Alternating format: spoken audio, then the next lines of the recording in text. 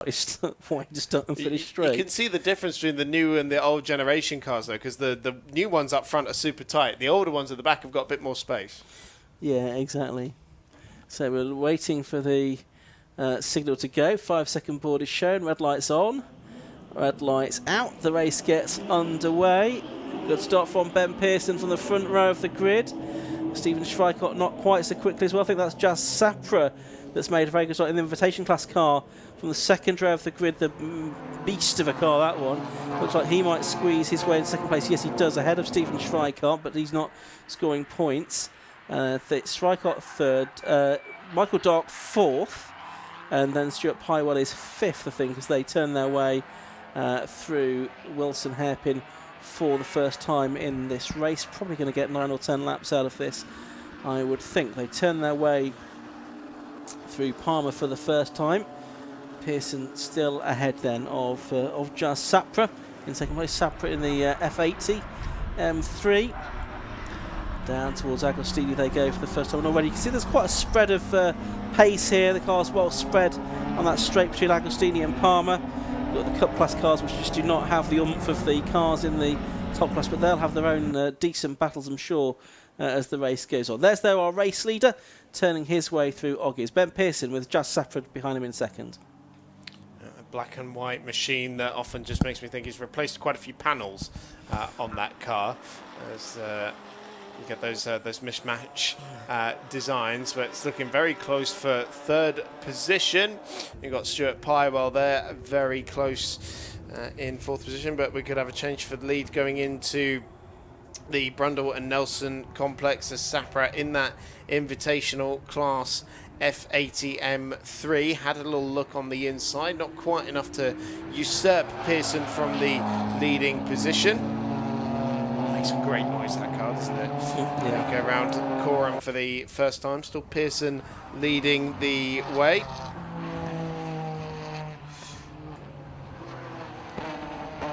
Yeah.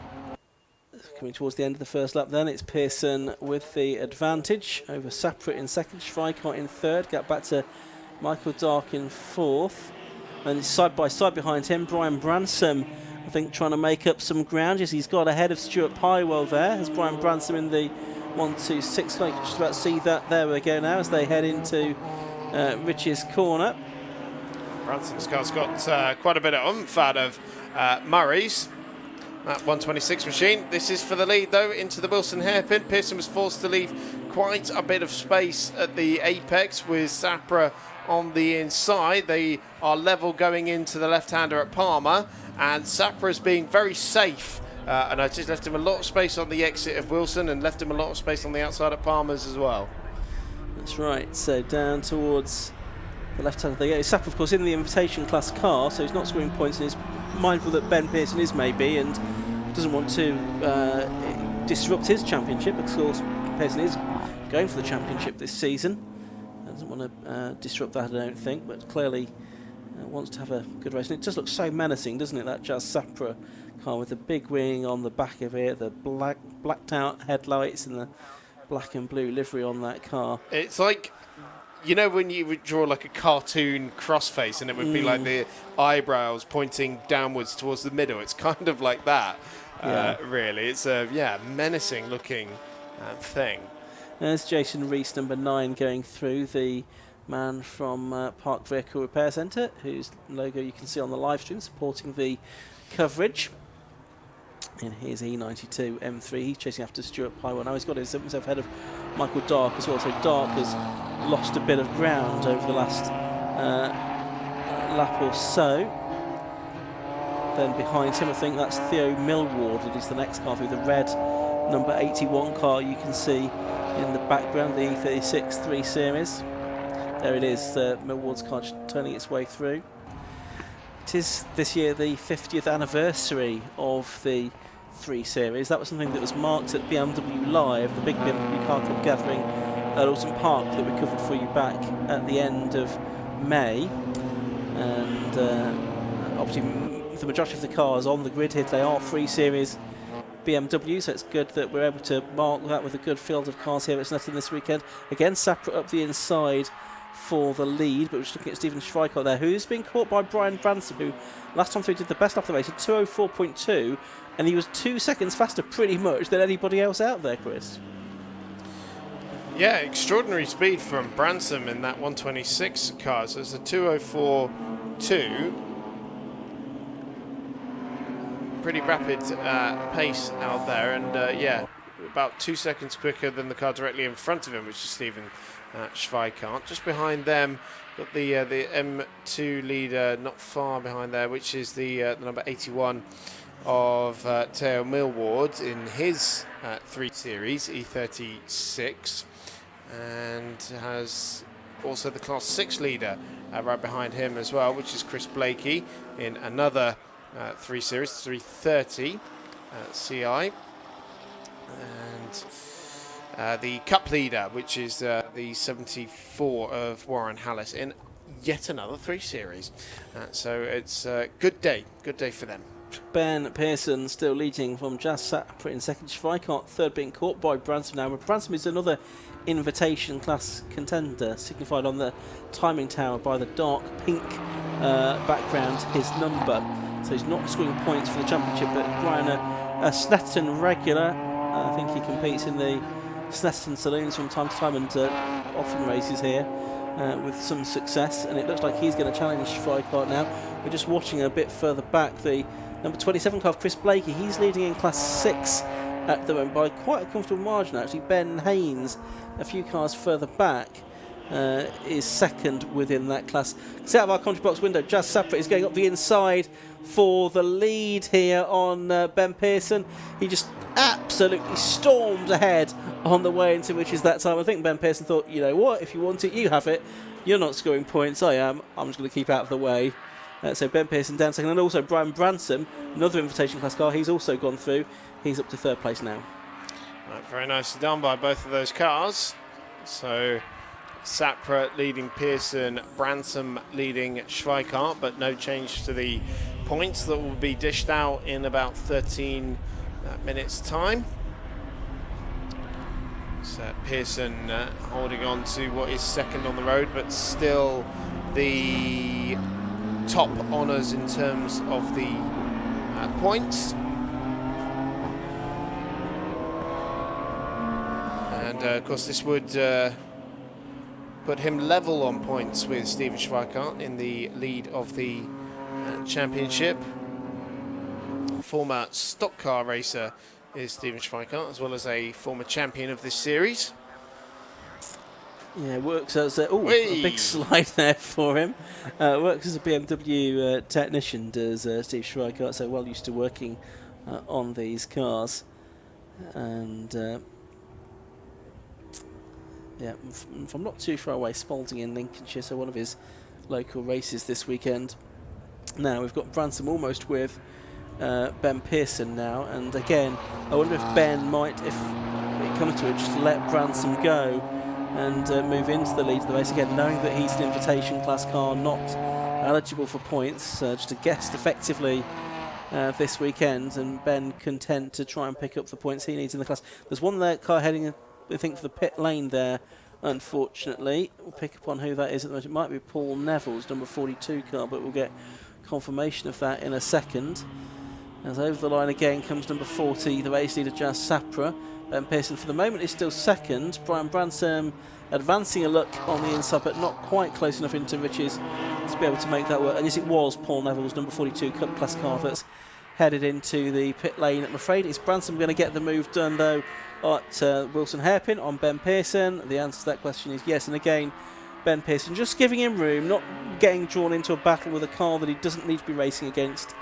And although he's now third on track, he is still leading the M1 class battle and heading for maximum points in that. He's got quite a decent advantage of about 3.5, 4 seconds, I think, over Stephen Schweikart as we move towards the end of the first half of the race.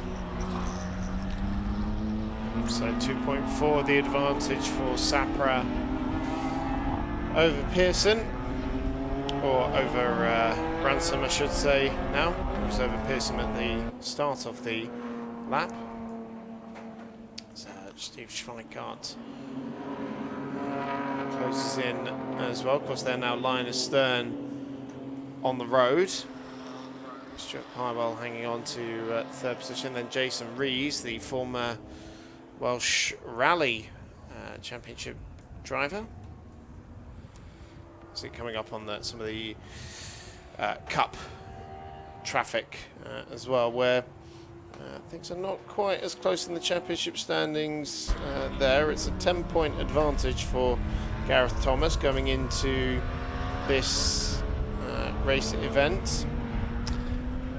Worth just noting actually that Cavan Granger, the driver that led on gross points, entered for this and was out in qualifying, but didn't complete a lap in qualifying, so he had problems.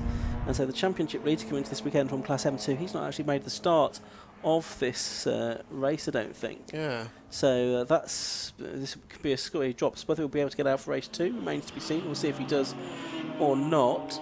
That's something to note. So Class M2 at the moment, as we've got a retirement, which is the Andrew Phillips car, number 888 coming in, I'm afraid. Class M2 is being led by Theo Millward from Aidan Vilku second, and Max Bunting is third in that class. He's the 25-year-old BMW technician from Snetterton who lists Snetterton as his favourite circuit.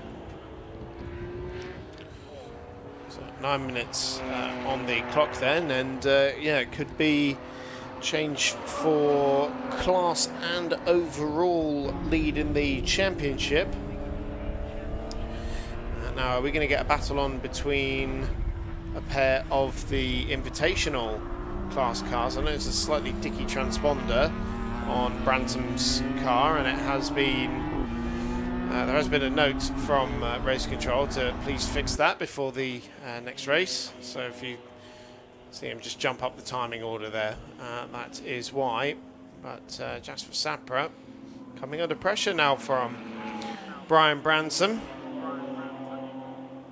So our two invitational class cars now nose to tail, making their way out of Williams and down the Bentley Straight. And we thought this F80 was a beast of a machine. Well, let's see how it compares to the E36 M3 that Branson has prepared. Yeah, these two are going to get into the traffic very soon as well, as you can see, coming upon one of the slower cars. It's going to be a fight for the victory here, overall victory, if not for the M1 class victory, because there's still about 3 seconds between Ben Pearson and Stephen Schweikart. But for overall victory, it's looking like Jas Sapra against Brian Branson. Out of Murray's they come. I think, if anything, a better exit there from Branson maybe.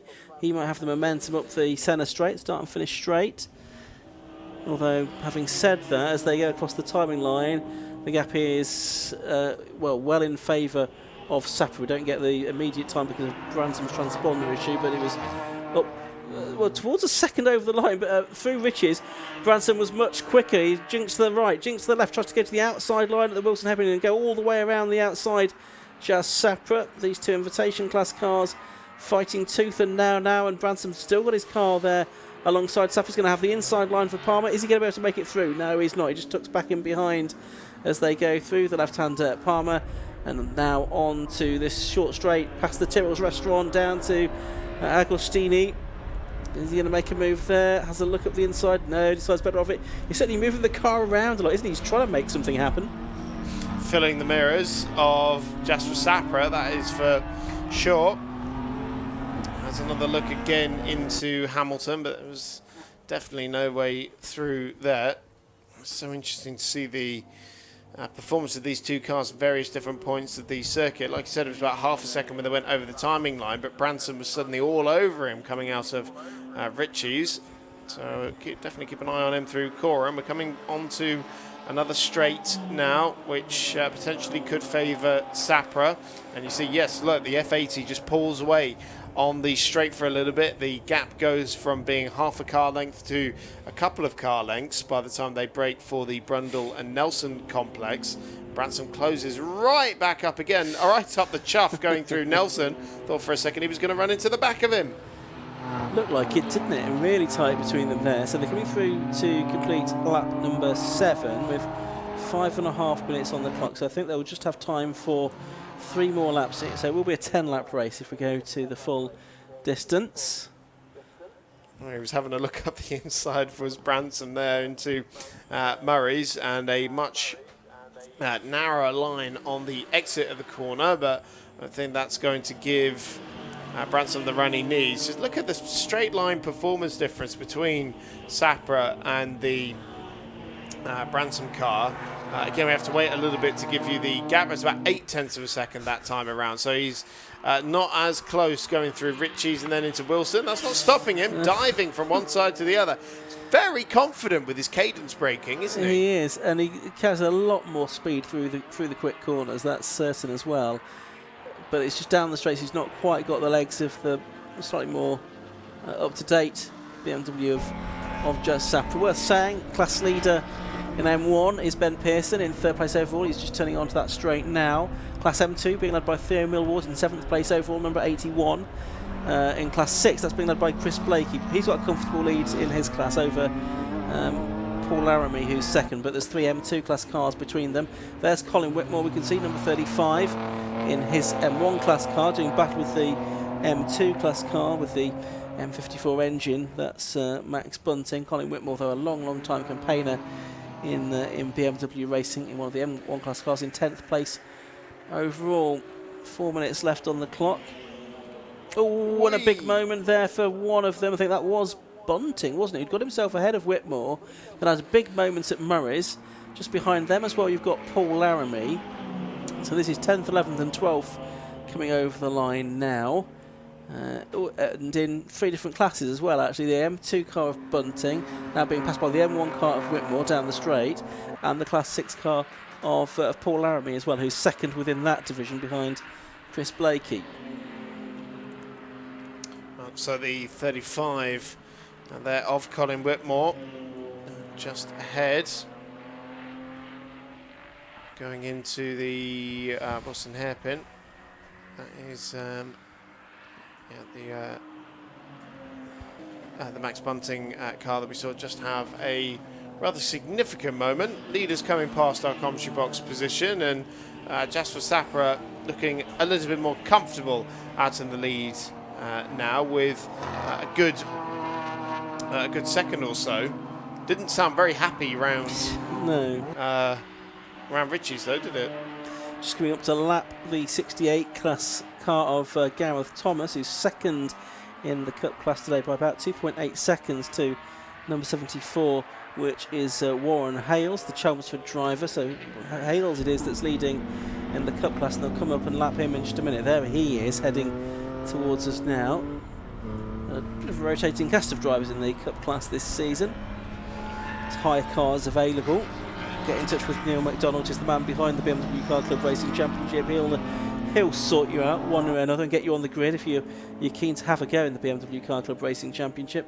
And the Cup class is an excellent place to start, but you can see there is quite a big performance difference to the cars that are the very quickest out there, including these invitation class cars that are out front at the moment. Jas Sapra and Brian Branson having a great old scrap. Yeah, again, it closes back up straight away, doesn't it? We are on the penultimate lap of the race now. Of course, traffic will have helped a little bit in terms of bringing these two cars closer together again, but this is the part of the circuit where the F80 has a bit of a pace advantage. I'd argue that Pearson's been able to benefit from that as well. He looks a little bit closer to Branson, not anywhere near striking distance, of course, but closer.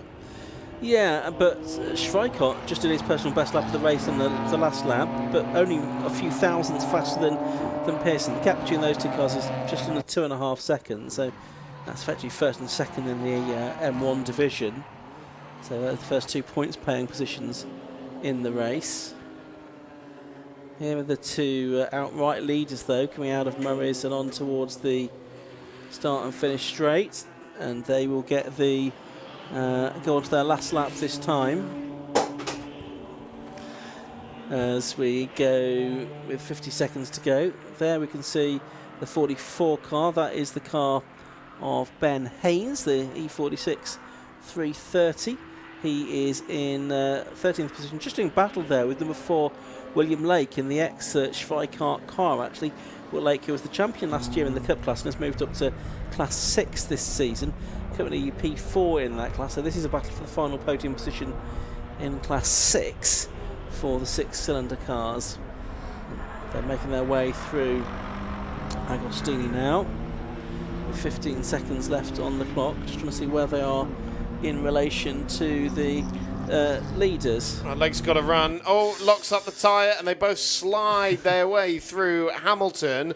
And that was very nice driving from the pair of them, really, to gather that up. Oh, problems here for Stuart Pywell from third in the M1 category. He's pulled over on the final lap of the race. Also, Brian Bransom has lost a position, I can see out of our commentary box window, to Ben Pearson. So I think Bransom's got a problem. So there's Pearson now. He's back up to second on the road. Schweikart's got past Bransom as well. So Bransom's car, it was a bit slow on the previous lap, and it doesn't sound quite as it did in the early part of the race, I don't think. Maybe so wrong-footed in a bit of traffic as well, possibly, perhaps. Possibly. So Jas Sapra here with a much bigger lead now, as the clock has counted down to 0. This is the final lap of the race. And yeah, I was just wondering, is he going to lap this battle between Lake and Haynes before the end? It's going to be touch and go. You can see those two cars just ahead of him. They might or might not get one more lap of their particular battle, just depending on whether Jas Sapra catches them before the end. Then they might just get away with it.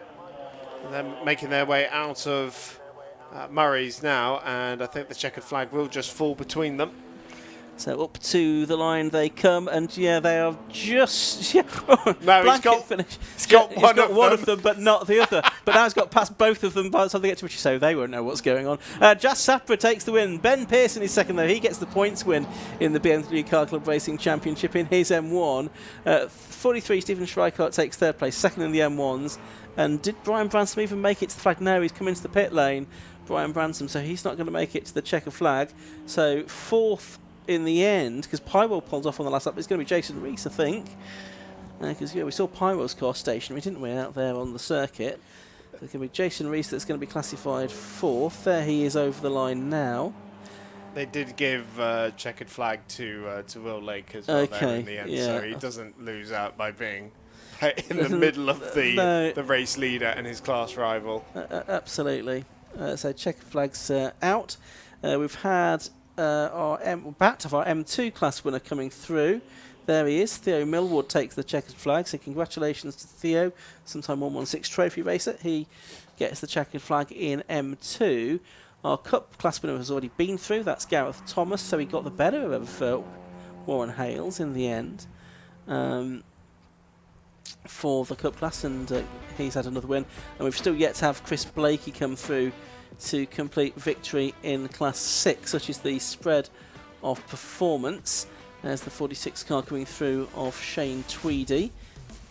But yeah, still some of the cars in relatively high positions to come through. We've still not had 6th through yet, which is Aidan Vilku. He's just crossed the line now. There, and there is Chris Blakey. He takes the checkered flag to win in Class 6 and is in 7th place overall. So we can probably start to think about having a look at the results in a moment. Just actually waiting for one or two more cars to come across the line to finish their races, but they'll be with us very shortly before we have the rundown on the results. Then we'll go down to Kieran, and then we'll have what might be a slightly shorter lunch break. We'll try and find out exactly how long that's going to be for you, because it should have restarted at 1:30 in 22 minutes time. I suspect they might just make it a slightly longer break than that, though. Results of the BMW Car Club Racing Challenge. Number 40, Jas Sapra, the race winner. 10 laps completed for him in the F80 M3. Second, number 25, Ben Pearson, winning Class M1 and the M235i. Third, number 43, Stephen Schweikart in the M3. Fourth, number 9, Jason Rees in the E92 M3. Fifth, winning Class M2 was number 81, Theo Millward in the E36 3 Series. Aidan Vilku was second in Class M2, number 69. Seventh and winning Class 6, number 27, Chris Blakey. Eighth was number 35, Colin Whitmore. Ninth was 177, Max Bunting. 10th was 31, Paul Laramie. He was second in Class 6. Then Brian Bransom shown in 11th, but he was in the pits. Then Pywell, well, he didn't make it to the end either. So I think Ben Haynes and William Lake will be promoted to 12th and 13th. And on the next page, we'll see our Cup class winner confirmation of that being the 68 car of Gareth Thomas from Warren Hales and Shane Tweedy. BMW Car Club Racing back out for the final race of the day. I'm just looking to see if I've got any information about when the lunch break will come to an end, but I've not been given that so far. So we should be ready for more racing at 1:30. It might be a little bit after that, but for now we're going to head down to Kieran Mogg in pit lane. Thank you very much. A great way to start the BMW Car Club racing of the weekend, and with our winner. So, you're saying you were just obviously having to manage your tyres and defend quite a lot on that race? Especially with Brian behind me. Yeah. And I think he nearly took me out corner a few times, but I just had to get the car a bit wide, and that's it really. Just, it was all a good race. How are you finding the conditions? Because obviously it's quite a bit of wind going around the track at the moment. Is that playing a part? Oil, there's quite a oil around there as well. There's oil. It's not much grip there, but it's it was a good race anyway. Yeah. Here we go. Obviously, I'm going to say you two nose and tail the entire way around there. Yeah, I just let him have it at the end. I just thought, he deserves it. He deserves a win for once this year. No, it's good. Good race, mate. Yeah, good race. Good. Congratulations. Obviously, same again later? Yeah, we'll be out again. Yeah. Same again later? Yeah, I hope so, yeah. Hope so. Good. Well, congratulations and look forward to seeing you later then. All right, so we need to try and find Ben Pearson now in the number 25 car. Oh, say again. The class winners. Yes, please, if you can. Yes, because I don't know where they are. Right. So Chris Blakey would have won class. Yes, indeed. Let's go and support to Chris. All right, let's talk to Chris. If we can jump in here a second with you. Hello. Class win. How are you? Yeah, not too bad, thank you. That was a really good start. With a bit delayed, but finally got going. Great start. Just bit off at the start. Perfect start, really. Couldn't ask for more, really. Really happy with it. So. And obviously, there's a lot of traffic out there, a lot of cars going around. How are you finding that? Not too bad. Let's say qualifying was a bit mixed up, a bit jumbled up. But yeah, we got a good start for that. And as soon as I got past Aiden, I was like, I'll try and just use him as my marker because he's a faster car. I'll use him as my marker. I'll just push. He was going to catch me eventually, so it's always the way. But I'm not racing him, I'm racing the Class 6 cars. But yeah, got a good gap for them, and yeah, loving it. So it's great. Same again later. Fingers crossed, touch wood, whatever. So yeah, eventually, fingers crossed, and we'll be there. So thank you. Look forward to seeing it. Congratulations. Great, cheers, guys. Thank you. Yes, thank you very much. All right. We've got Pearson over here somewhere. Oh, there he is in the number 25, the lovely M2 that we were watching earlier. And so, yeah, if we can just jump in here. So, interesting race for you there. Yes, very good. Yeah. So the two cars in front, well, one car in front in the end was invitational, so not in the championship running. So good, clean race. Wasn't really much of a challenge, shall we say? So let them through and let them tussle. I saw they had a little bit of a coming together a few times, and yeah, it's good. You seem to be keeping tabs of them though at the start. Yes, I think we just the tyres fired up quite quickly. Pushing hard, and they probably didn't want to take many risks. But yeah, that's what you're about. And is this car suited to this track, do you think? It's the first time I used it here. It's difficult to say, but we're out at front, so it's got to be doing well. Absolutely. Same again later? Sorry? Same again later? Hopefully, yeah. Yeah, there should be. Can't see why not. Awesome. Well, congratulations. See you later then. Thank you. Cheers. Thank you very much. All right. And we've got one more. Who's our other winner? 81. You, hello. Sorry, so many cars around. So, class win. Nice to end the first race like that. Yeah, amazing. I mean, the car's been incredible all weekend. Yeah, credit to the Ellsworth boys. They've done an amazing job. It's a peach. It's a pleasure to drive. And obviously there's a lot of traffic out there, we've been talking about that. A lot of condition changes today as well with the wind picking up and everything. How have you found the track and the conditions and everything? To be honest, fine. I'm normally in the 116, which I think you guys report on sometimes, which is absolutely mental, I think is the technical term. So this is relatively chilled out for me. It was fine. I was in a bit of free air, to be honest, off the start. Had a good fight with a few of the M1 boys, but didn't have the legs on them. So, yeah, but it was good. You expect the same things later on today? I hope so. I kind of want it to rain, but the team don't. So we'll see what happens. Well, so far, from what I've seen for the weather report, it's not supposed to rain. It's supposed to stay like this. Okay. So you may get unlucky, lucky for your team, but you never know. Yeah, let's see what happens. Yeah, absolutely. Well, congratulations on the win. Thank you very much. Cheers. Thank you very much. All right, so that is the racing done for the morning, even though it's 1 o'clock. We've been racing for the afternoon for an hour already because obviously the delays earlier on. So we're going to go into the lunch break now. So we're going to have a quick ad break and we'll see you in just a couple of minutes.